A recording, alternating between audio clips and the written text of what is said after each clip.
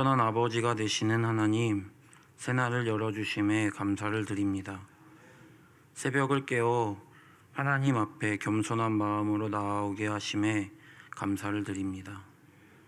하나님의 말씀을 깨닫게 하시고 지혜를 허락하셔서 오늘 하루를 어떻게 살아가야 할지를 깨닫고 알게 하옵소서. 하루 종일 하나님의 말씀이 생각나게 하셔서 말씀이 우리의 생각과 마음을 지켜 하나님의 풍성한 은혜를 누리게 하옵소서. 같은 말씀이지만 새롭게 하시고 깊어지게 하셔서 여호와의 선하심을 맛보아하는 성도들 되게 하옵소서.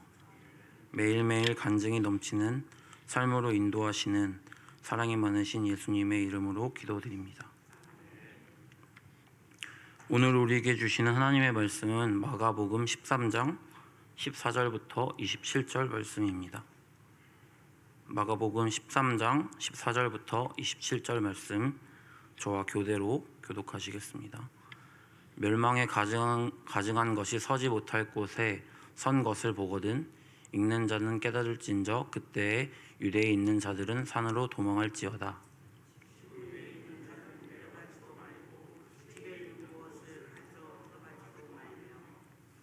밭에 있는 자는 겉옷을 가지러 뒤로 돌이키지 말지어다.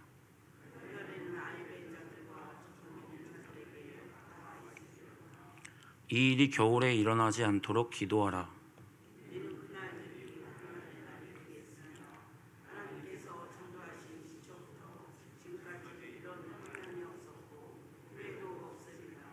만일 주께서 그 날들을 감하지 아니하셨더라면 모든 육체가 구원을 얻지 못할 것이거늘 자기가 택하신 자들을 위하여 그 날들을 감하셨느니라.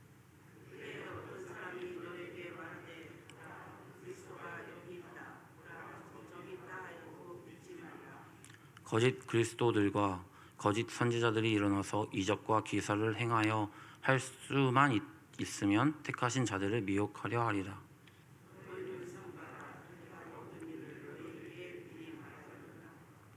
그때 그 환난 후 해가 어두워지며 달리 빛을 내지 아니하며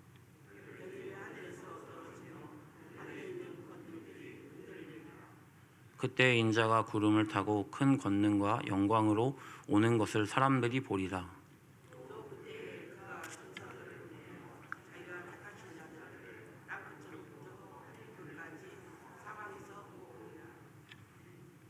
할렐루야. 새벽기도에 오신 여러분을 주님의 이름으로 축복합니다. 오늘 본문은 어제 본문에 이어서 예수님께서 환난 날에 대해서 말씀하십니다.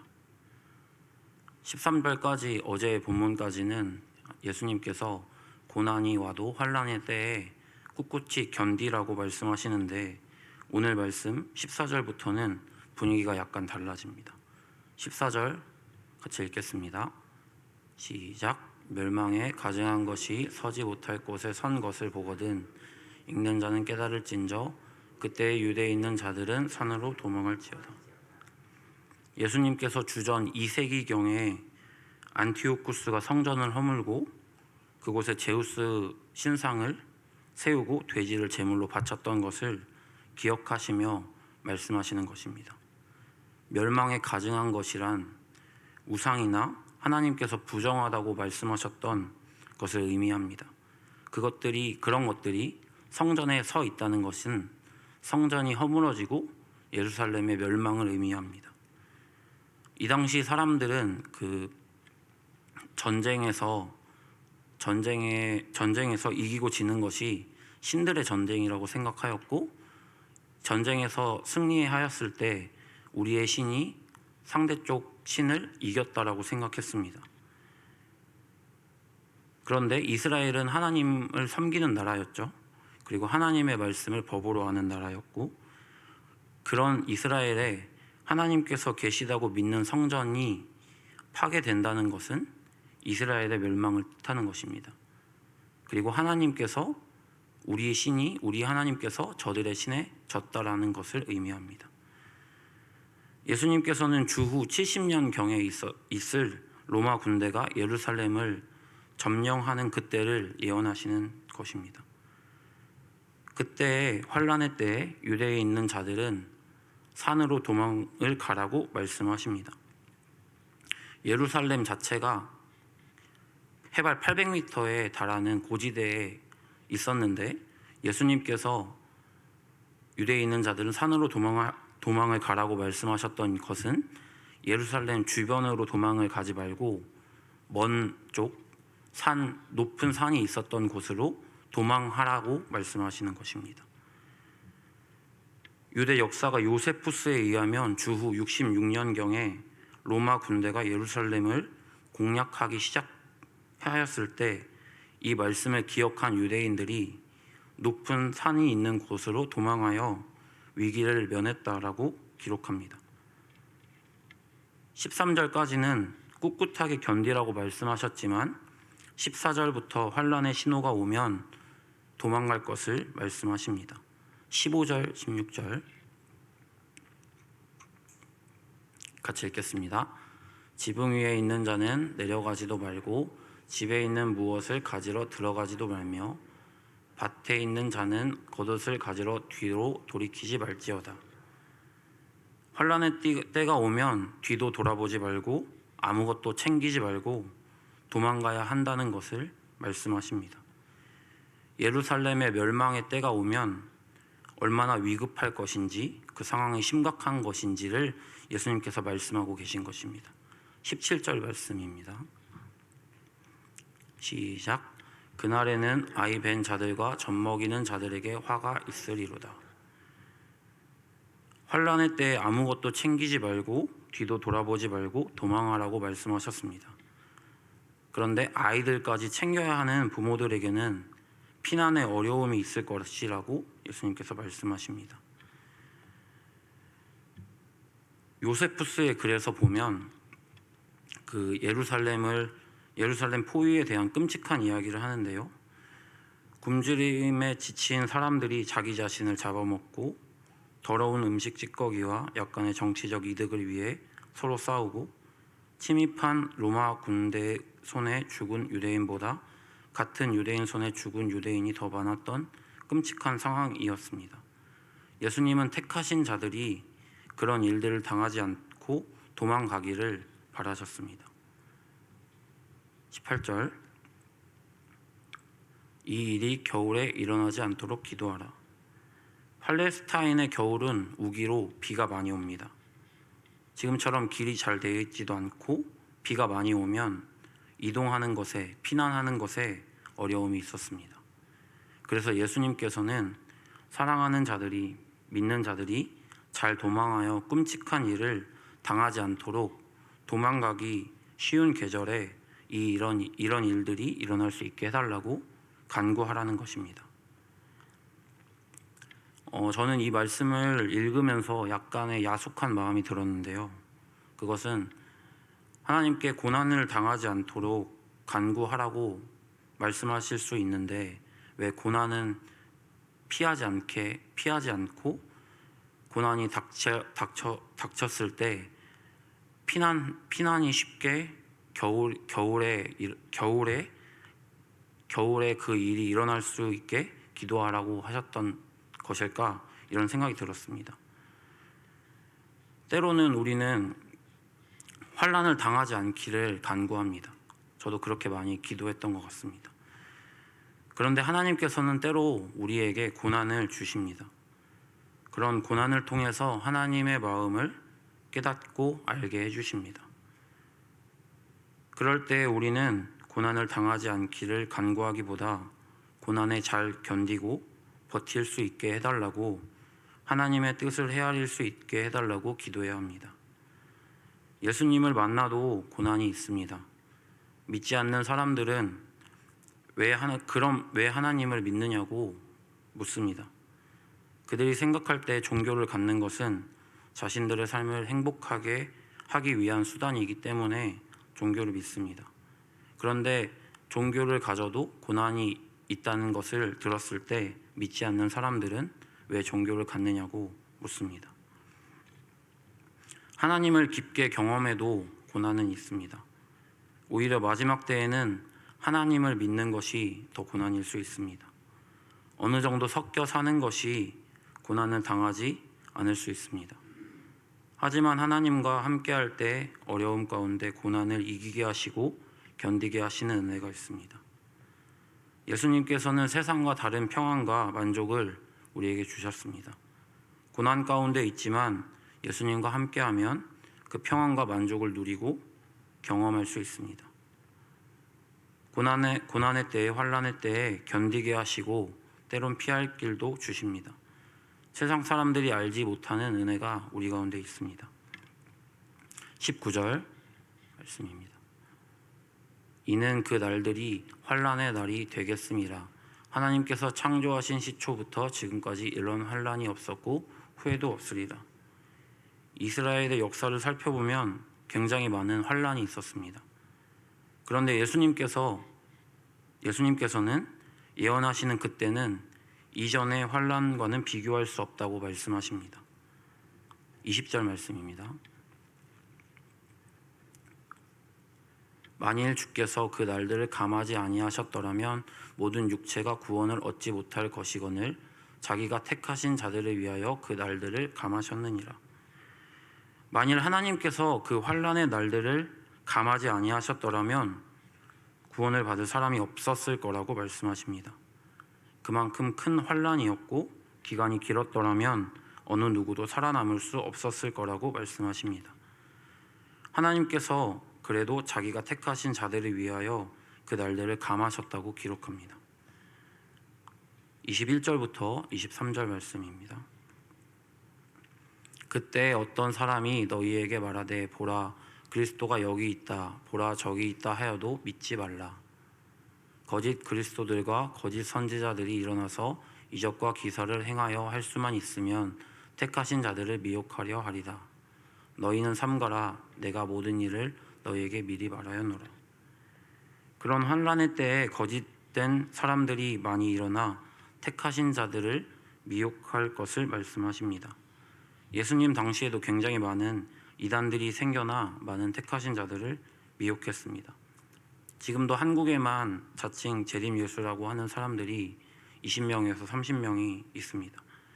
전 세계적으로 생각해 보면 굉장히 많은 사람들이 자기가 예수님이라고 재림예수라고 말하며 택하신 자들을 미혹하고 있습니다. 미혹받지 않는 우리의 입장에서 생각해 보면 그들의 논리는 상식에도 맞지 않는 논리입니다. 생각해 보면 어떻게 그런 논리에 빠지고 믿느냐고 생각할 수 있지만 사단의 역사는 굉장히 교묘합니다. 그래서 우리는 그들에게 미혹을 받지 않으려면 하나님의 말씀을 더 잘 알아야 합니다. 옳고 그름을 파악하기 위해서는 잘못된 것을 공부하기보다는 옳은 것, 참된 것, 그리고 진리를 더 많이 알고 인식해야 합니다. 예수님께서 말씀하신 것들만 잘 알아도 옳은 것과 거짓된 것을 구별할 수 있다고 말씀하십니다. 사단은 우는 사자처럼 삼킬 자들을 찾아다닙니다. 아무도 방심할 수 없습니다. 우리가 해야 할 것은 매일매일 하나님께 더 붙어 있는 것입니다. 우리의 생각과 마음을 공동체 안에서 점검하고 건강하고 옳은 것으로 무장하여 살 수 있도록 해야 합니다. 마지막 때에는 계속해서 종말의 징조들이 나타납니다. 큰 환난이 벌어지고 닥쳐올 것입니다. 그러면 예수님께서 이미 말씀하셨던 것처럼 거짓을 진리처럼 속여 미혹하는 사람들이 더 많아질 것입니다. 그때 우리는 지금 당장의 안락을 쫓아가면 안 됩니다. 하나님의 말씀을 기준 삼아 삶 가운데 벌어지는 상황들을 분별해야 합니다. 그리고 거짓된 것들과 섞이지 않도록 해야 합니다. 사탄은 굉장히 교묘합니다. 하나님의 질서를 무너뜨리고 옳고 그름의 기준도 낮춥니다. 우리의 가치관은 흔들고 무너뜨리려 합니다. 우리는 세상의 모든 것을 성경적 관점, 하나님의 관점으로 바라보고 생각해야 합니다. 그래야 어떤 상황을 마주해도 흔들리거나 무너지지 않습니다. 잘못된 성경적 가치관을 갖고 있으면 고난이 찾아왔을 때 모든 것이 무너집니다. 신앙을 잃게 될 수도 있습니다. 저는 어제 본문과 오늘 본문을 묵상하며 저의 무너진 모습을 발견했습니다. 무너졌다면 하나님의 말씀으로 다시 세워져야 합니다. 넘어지고 무너진 원인을 발견하고 어떤 것이 잘못된 것인지를 알아야 합니다. 제가 개척교회 3년 개척교회 생활을 하면서 완전히 무너졌는데요. 그 전까지는 공동체에서 같이 신앙생활을 하면서 신앙생활을 했었던 것 같습니다. 공동체에서 신앙생활을 하면 좋은 점은 무너졌을 때 그것들이 보완이 된다는 것입니다. 무너져서 뭔가 신앙에 맞지 않는 행동을 하거나 실족했을 때 공동체 안에서 서로가 서로를 위로하고 서로를 위해서 중보기도 하면서 서로를 대해줄 때 위기가 찾아와도 일어설 수 있습니다. 그런데 혼자 신앙생활을 하면 무너졌을 때, 위기의 때에 다시 일어설 수 있는 기회가 어려운 것 같습니다. 무너졌을 때 하나님께서 계속해서 찾아와 주셔서 진리를 말씀하시고 사랑한다고 말씀하시지만 그것들을 붙잡는 것에 어려움이 있는 것 같습니다. 그런데 공동체 안에서 함께 신앙생활을 하면 내가 그것들을 잡지 않아도 옆에서 계속해서 중보기도 하고 도와주기 때문에 용기를 얻어 바른 것, 참된 것을 잡을 수 있는 것 같습니다. 그런데 개척교회 당시에 혼자 많은 것을 해야 된다는 부담감이 있었고, 그러나 삶은 그렇게 되지 않았고 외로움에 싸우다 신앙을 잃어버렸던 것 같습니다. 하나님을 사랑한다라고 했고 그 개척교회를 나가기 전에 저의 삶 가운데 하나님께 늘 고백했던 것이 고난은 축복이라고 고백했었는데, 고난이 연거푸 발생하고 혼자 있는 상태에서 고난을 마주하자 신앙이 무너졌던 것 같습니다. 하나님을 믿는 그 믿음이 없어졌던 것 같습니다. 그런데 하나님께서 굉장히 신기한 것은 저의 삶이 하나님께 향하지 않고 있음에도 하나님께서는 포기하지 않고 찾아와 주셨습니다. 저의 행동이 그 이전까지는 어떤 좋은 모습을 가져야지만, 하나님의 말씀 가운데 서야지만 하나님께서 나를 찾아와 주실 거야, 하나님께서 나에게 은혜를 베푸실 거야 라고 생각했었는데, 모든 것이 무너진 상태에서도 하나님께서 계속해서 찾아와 주심을 경험하면서 나의 상태와 나의 환경과 나의 어떤 행동과는 상관없이 하나님께서 나를 찾아와 주시고 사랑하신다는 것을 더 발견할 수 있었던 것 같습니다. 저와 여러분의 행동과 모습과 상관없이 우리를 자녀 삼아 주셨고 사랑하시는 분이십니다. 하나님은 공의의 하나님이신데요, 공의라는 것은 죄의 값을 분명하게 치른다는 것입니다. 그런데 우리는 매일 죄를 짓고 있죠. 공의의 하나님이 우리를 심판하신다면 우리는 당장이라도 죽었을 것입니다. 그런데 공의로우신 하나님께서 긍휼의 하나님이십니다. 우리를 긍휼히 여기셔서 우리의 죄의 값을 예수님께서 대신 치러주셔서 우리는 지금 이 자리에 남아있는 것입니다. 하나님의 말씀을 더욱 붙잡아야 합니다. 하나님의 말씀으로 기준 삼아 분별해야 합니다.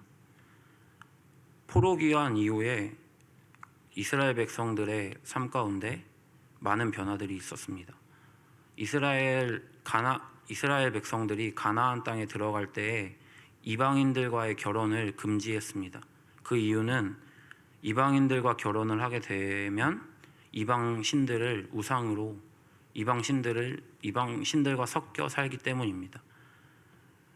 그런데 바벨론 포로기 때에 많은 이스라엘 백성들이 바벨론에 잡혀갔고 그곳에서 오랫동안 살았습니다. 그곳에서 살면서 이방인들과의 결혼을 했습니다. 그랬더니 유대인들의 삶 가운데 많은 문화, 많은 가치관들이 이방신을 섬기는, 우상을 섬기는 문화와 섞여 있었습니다. 에스라 선지자가 포로된 백성들과 함께 예루살렘에 돌아왔을 때 에스라 선지자가 먼저 했던 것은 하나님의 말씀을 이스라엘 백성들에게 가르쳤던 것입니다. 그러면서 하나님의 말씀을 가르치고 에스라 선지자가 이스라엘 백성들에게 말씀을 선포하며 섞이지 말 것에 대해서 말씀할 때 이스라엘 백성들이 도전합니다. 이미 섞여서 살았던 자기들의 가족들을 떠나보냈던 것입니다. 저는 그 장면을 생각하며 기억하며 이 사람들이 굉장히 하나님의 말씀을 사모했구나라는 생각이 들었습니다. 하나님의 말씀을 따르다 보면 때로는 자신이 생각했던 가치관을 떠나보내야 할 때가 있습니다. 그것은 마치 자기의 살을 도려내는 것과 같은 고통일 수 있습니다. 저는 아직 결혼하지 않았지만 그 가정에 대해서 애정이 있습니다. 부모님의 그 결혼 생활을 보면서 꿈꿔왔던 결혼 생활이 있습니다. 정말 사랑하는 것입니다.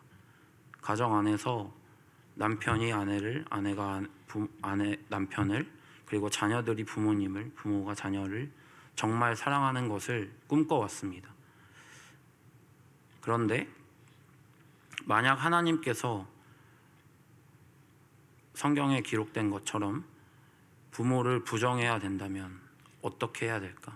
내 아내를, 내 남편을, 내 자녀들을 하나님께서 떠나보내라고 말씀하시면 나는 어떤 결정을 할까를 생각해 봤을 때 저는 그렇게 하지 못할 것 같았습니다. 그런데 이스라엘 백성들, 하나님의 말씀을 사모했던 이스라엘 백성들이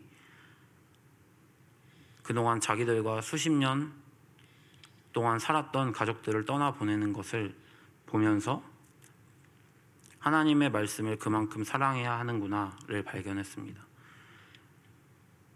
하나님의 말씀을 사랑하는 성은교회 성도님들이 되었으면 좋겠습니다. 세상 가치관들과 섞여서 살아가는 것이 아니라 하나님의 말씀을 끝까지 사랑하는 것입니다. 하나님의 말씀이면 그 말씀 가운데 살아가기를 선택하는 것입니다. 그것이 때로는 굉장히 어렵고 힘들지만 하나님의 말씀을 붙잡고 견딜 때에 그 하나님의 말씀 가운데 풍성한 은혜를 맛보게 하실 것입니다. 오늘 하루간 살아가면서 하나님의 말씀을 기억하게 하시고 그 하나님의 말씀 가운데 순종하시는 사랑하는 성도님들 될 수 있기를 기도합니다. 기도드리겠습니다. 사랑과 은혜가 풍성하신 하나님 아버지, 하루의 첫 시간을 하나님께 올려드립니다. 겸손한 마음으로 하나님께 나아가는 성도들을 신실하시게 인도하시는 하나님을 기대합니다. 아버지, 마지막 때에 우리의 마음이 거룩히 구별되기 원합니다. 하나님의 말씀으로 무장하기 원합니다. 우리의 생각과 살아가는 가치관 가운데 하나님의 말씀이 기준되기 원합니다. 자신이 갖고 있었던 편안함과 안락함이 하나님의 뜻과 다르다면 겸손한 마음으로 거짓된 것들을 잘라낼 수 있는 믿음을 허락해 주셔서 오직 하나님의 말씀만 가득 넘치는 우리의 생각과 마음 그리고 삶이 되게 하여 주옵소서. 오늘 하루도 온전히 하나님의 음성에 귀를 기울여 순종하며 따라가는 하루 되게 하옵소서. 사랑과 은혜가 풍성하신 예수님의 이름으로 기도드립니다.